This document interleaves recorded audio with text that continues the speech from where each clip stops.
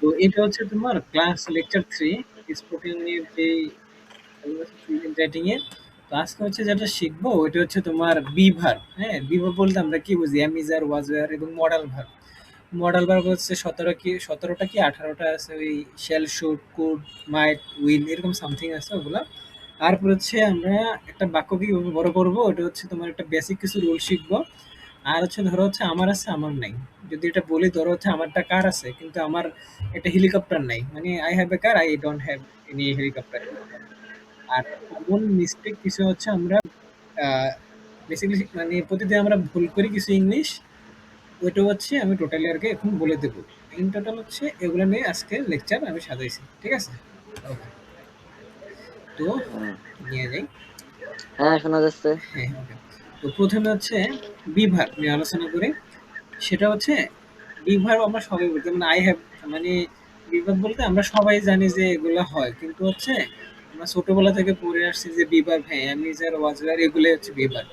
কিন্তু এগুলার যে বাংলা একটা অর্থ আছে এগুলো হচ্ছে আমরা তেমন একটা গুরুত্ব দেই না, ঠিক আছে? তো প্রথম হচ্ছে বিভাগ যদি আমাদের পারতে হয়, তো সেক্ষেত্রে হচ্ছে আমাদের প্রথমে হচ্ছে আমাদের বাংলা অর্থগুলো আর কি পড়তে হবে, ঠিক আছে? তো এখানে দাঁড়াও, দেখাচ্ছি। সাউন্ড আসতেছে প্রচুর ভাই।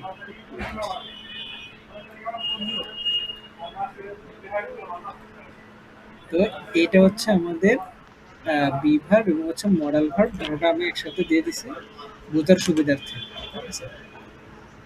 এই পাশে এই পাশে হচ্ছে তোমার বাংলা অর্থ, আর এই পাশে হচ্ছে তোমার হচ্ছে ইংরেজি। যেমন আমি যদি বলি আই হ্যাভ এ কার, আমার একটা গাড়ি আছে। হ্যাভ বা হ্যাজ তো আছে। যদি বলি I had a car, had তো ছিল, ঠিক আছে?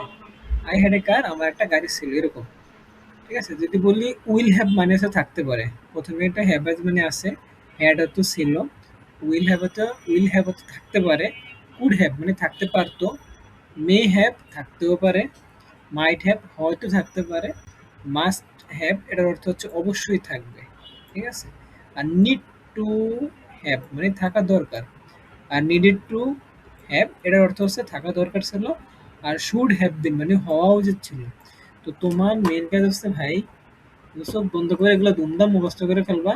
তোমার হচ্ছে তুমি সামনে যে ইংরেজি পরীক্ষা, ঠিক আছে, ওইখানে তোমার হচ্ছে এসে থাকবে, কিছু রিপোর্ট থাকবে বা অ্যাপ্লিকেশন থাকবে। ওইখানে লিখতে গেলে তখন হচ্ছে দেখবে এগুলো আর কি ঘুরে ঘুরে লাগতেছে, কারণ সবকিছু তুমি মুখস্থ করে গিয়ে পারবা না, ঠিক আছে? এগুলো হচ্ছে এখানে যদি ক্লিয়ার করে যাও মোটামুটি আপাতত লিখতে পারবো আর কি, ঠিক আছে? তো এইভাবে আর কি এগুলা মুখস্থ করে ফেলবা। Number one. নাম্বার টু শেষ, এবার হচ্ছে চলে যাই এরপর থ্রি। মানে এবার হচ্ছে আমরা এটা নিয়ে কিভাবে যে এক্সাম্পল গুলো আছে, এক্সাম্পল গুলো এখন পড়বো, ঠিক আছে? ওকে, ঠিক আছে। এগুলো হচ্ছে তোমার এক্সাম্পল গুলো আমি খুব সুন্দর করে এখানে দিয়ে রাখছি। এই পাশে হচ্ছে তোমার ভার্ব, আর একটা হচ্ছে মডাল ভার্ব, আর এই পাশে হচ্ছে তোমার সাবজেক্ট, আর এই পাশে হচ্ছে তোমার হচ্ছে অবজেক্ট, যেমন কার, বাইক। এক কথা হচ্ছে একটা সেন্টেন্স কিভাবে তৈরি করবো ওইটা। তো আই, হ্যাঁ আই হ্যাভ এ কার, যদি বলি আই হ্যাভ এ কার, হ্যাঁ মানে হচ্ছে আমার একটা গাড়ি আছে। এবং যদি ইউ হ্যাভ এ কার, তুমি এটা দিয়ে, হ্যাঁ বলি এটা দিয়ে হচ্ছে আই হ্যাভ, ইউ হ্যাভ, হ্যাঁ হি হ্যাভ। এক কথা হচ্ছে এটা হচ্ছে থার্ড পার্সন, মনে রাখবে এটা হচ্ছে থার্ড পার্সন। এটার সাথে সবসময় হ্যাভ হবে না, এটার সাথে হলে সবসময় কি হ্যাজ হবে, ঠিক আছে? আর যদি আই এর সাথে হ্যাভ নেই, মিলে আই হ্যাভ এ কার। যদি ইউ এর সাথে হ্যাভ নেই তাও মিলে, কিন্তু ইউ হ্যাজ কখনো কি পড়ছো? অবশ্যই পড়ো নাই আর কি, ইউ হ্যাজ কখনো পড়ো নাই। অবশ্যই পড়ছো হচ্ছে ইউ হ্যাভ। ওকে, তো ইউ হ্যাভ এ কার মানে তোমার একটা গাড়ি আছে। যদি বলি ইউ হ্যাভ এ বাইক, তোমার একটা বাইক আছে। যদি বলি ইউ হ্যাভ এ ক্লক, তোমার একটা ঘড়ি আছে, ঠিক আছে? তো এইভাবে আর কি একটা দিয়ে তুমি এগুলা সবগুলো ট্রাই করতে পারো, ঠিক আছে? আমি ধরো আবার একটু বলে দিতেছি, ভালো করে বুঝবা। ওকে,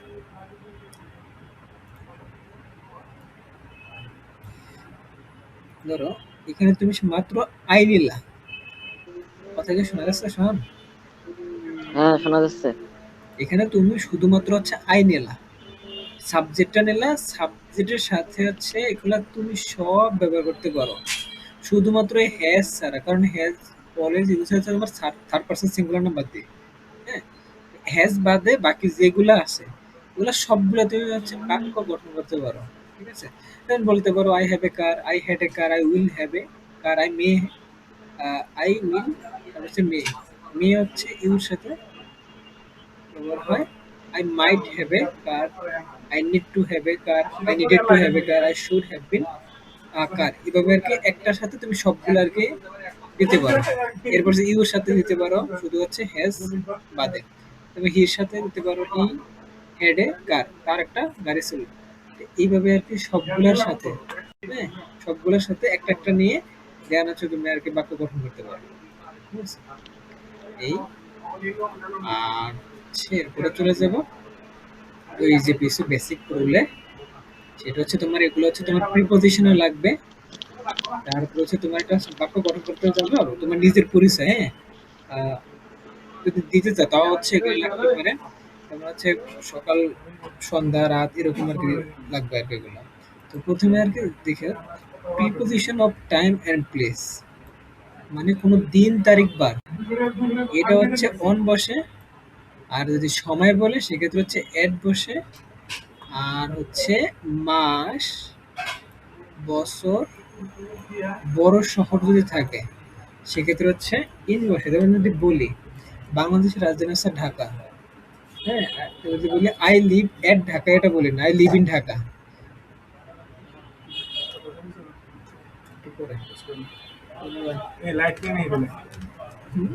আই লিভ ইন ঢাকা। একটু পরে রেকর্ডিং করতেছে তো।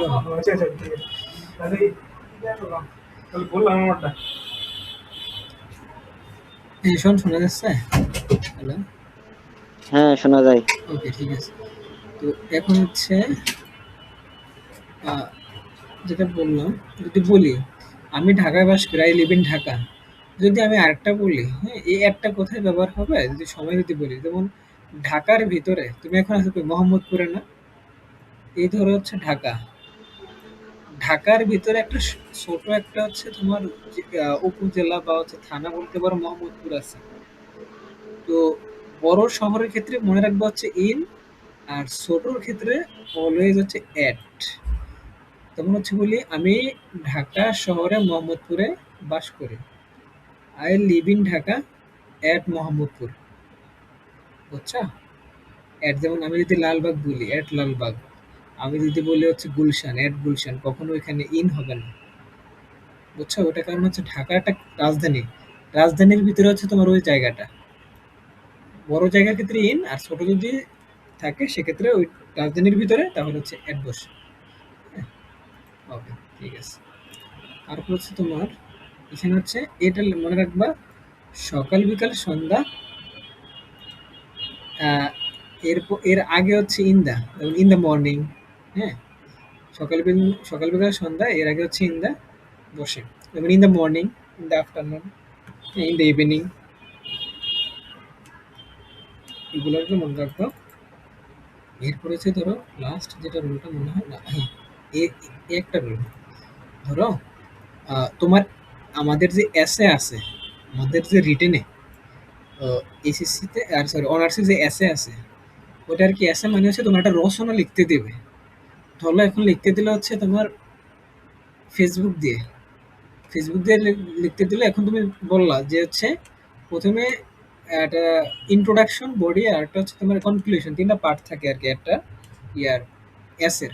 তো সেক্ষেত্রে হচ্ছে তুমি ইন্ট্রোডাকশনের ভিতরে হচ্ছে কিছু দিয়ে তারপর হচ্ছে তুমি বডির মাঝে লিখতে পারো মাঝে I have A Facebook account, মানে আমার একটা ফেসবুক অ্যাকাউন্ট আছে, but I don't have any lot of money বলতে পারো, আর লট অফ অ্যাকাউন্ট বলতে পারো, বা বলতে পারো but I don't have any হচ্ছে ইনস্টাগ্রাম অ্যাকাউন্ট, মানে আমার হচ্ছে একটা ফেসবুক অ্যাকাউন্ট আছে কিন্তু হচ্ছে আমার কোনো কি নেই, ইনস্টাগ্রাম অ্যাকাউন্ট নেই। বুঝছো?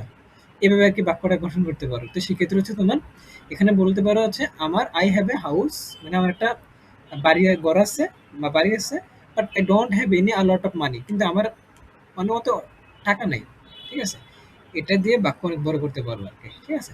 তুমি বলতে পারো আই হ্যাভ এ পেন, আমার একটা কলম আছে, but I have don't have any pencil, আমার কোনো, কিন্তু আমার কোনো কি নেই, পেন্সিল নেই। বা এটাও বলতে পারো I have a car, I have A bike, আমার একটা বাইক আছে কিন্তু I don't have any cycle. মানে আমার একটা বাইক আছে কিন্তু আমার কোনো কি নেই, সাইকেল নেই। তো এই বাক্যটা দিয়ে তুমি অনেক বাক্য গঠন করতে পারো। এটা বুঝছো? হ্যাঁ, সোহান, এটা কি বুঝছো? হ্যাঁ, বুঝছো এটা? হ্যাঁ বুঝলাম। ওকে, থ্যাংক ইউ। এরপরে লাস্ট যেটা আছে, ধরো এটা হচ্ছে খুব গুরুত্বপূর্ণ, মানে যেগুলো শিখে গেলে সবগুলো গুরুত্বপূর্ণ, ধরো নিজের এক্সপিরিয়েন্স থেকে নিচ্ছি। যেমন কমন মিস্টেক যেগুলো আর কি বেশি ভুল করি, যেমন হচ্ছে ঘটু অর্থ হচ্ছে কি যাওয়া, একটু যাওয়া, একটু যাওয়া।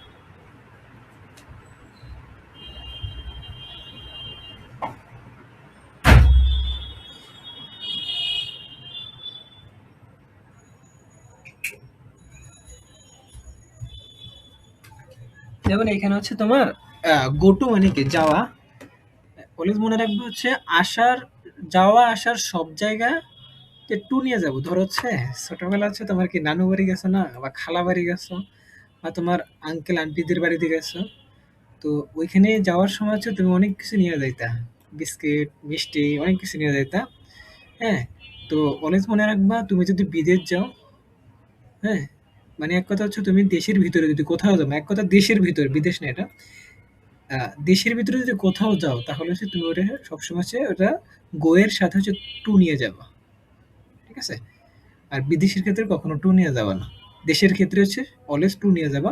যেমন হচ্ছে গো টু হচ্ছে যাওয়া আসার ক্ষেত্রে অলওয়েজ হচ্ছে tour, to go, sorry go to. আর হচ্ছে তোমার বিদেশের ক্ষেত্রে স্থির বোঝায়, এটা হচ্ছে তোমার শুধুমাত্র গো। যেমন যদি বলি আমি, হ্যাঁ, ইনকারেক্ট কোনটা আর কারেক্ট কোনটা?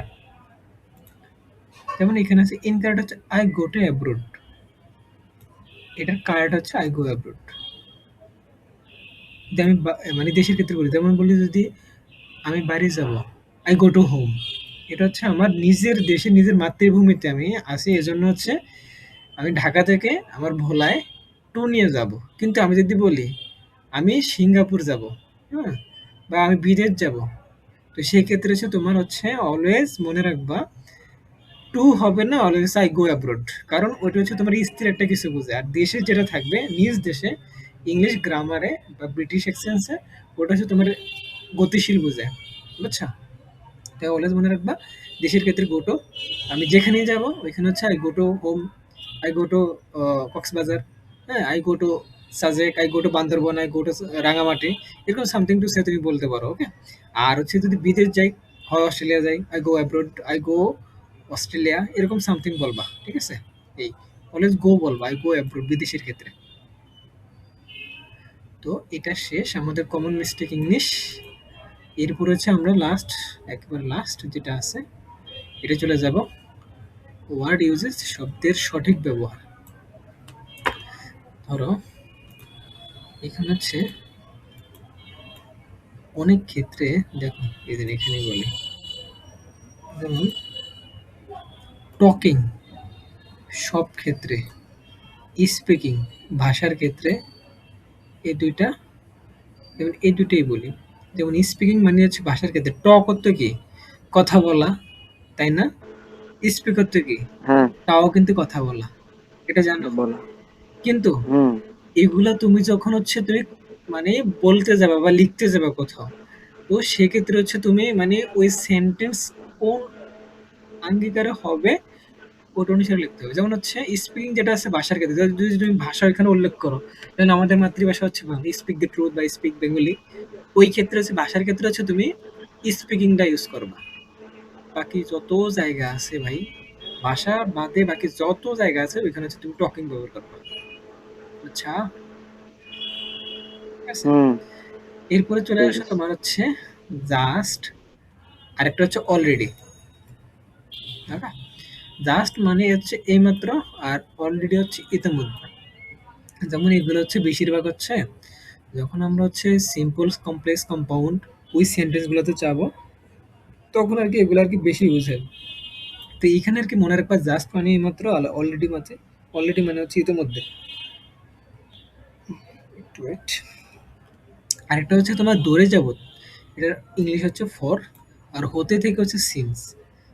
হ্যাঁ, এটা হচ্ছে তোমার হচ্ছে কানেক্টর করছি না আমরা, কানেক্টর বাক্য উইদিন দেয়ার ফোর, মানে লিঙ্ক আর যেগুলো ইয়ে করে, যেগুলো হচ্ছে দেয়ার ফোর, তারপর wherein the on the other hand, এইগুলো আর কি, যে বাক্যগুলো হতে থেকে হচ্ছে সিন্স, এটা মনে রাখবা। আর পর্যন্ত টিল আনটিল হয়, ওটা তাও হচ্ছে তোমার সেন্টেন্স অনুসারে এটা বসবে, ঠিক আছে। এরপর সে জন্য উদ্দেশ্য মানে ফর, যেটা হয়, যেটা হয় সেই সেন্টেন্সটা তোমার হয় জন্য বা উদ্দেশ্য যদি বোঝায় তো সেক্ষেত্রে আর কি ফর বসে। এরপরে লাস্ট যেটা টপিক আছে সেটা হচ্ছে থ্যাংক ইউ আব্বাবাদ। লাস্ট যে দিক দিয়ে বোঝে না আমাকে একটু বলো, তাহলে তোমাকে বুঝিয়ে দিই। না, তেমন কিছুই নেই। প্রথম থেকে আবার স্লাইড গুলো একটু চালু করো দেখি। ওয়েট দাঁড়া।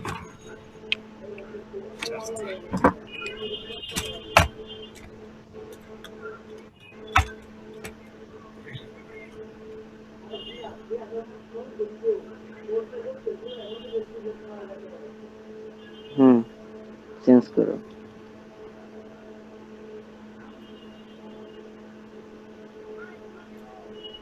ঠিক আছে। খুলেতে বলতো সকাল বিকাল সন্ধ্যা, তার আগে হচ্ছে ইন্দা, তবে সরার মতো মনে রাখবা, ঠিক আছে। এই, আর এটা হচ্ছে এই। আমার আছে, আমার নাই। হ্যাঁ, I have a wife but I don't have any cosmetic. যাই হোক, আর এটা হচ্ছে কমন মিস্টেক ইন ইংলিশ, এটা। আর এটা হচ্ছে আমার ওয়ার্ড গুলা, আচ্ছা। হ্যাঁ, বুঝলাম। তাহলে এটা তাহলে এখানে আমি শেষ করে দিই, ঠিক আছে, স্ক্রিন অফ করে দিই। আর এই রেকর্ডিং সফটওয়্যার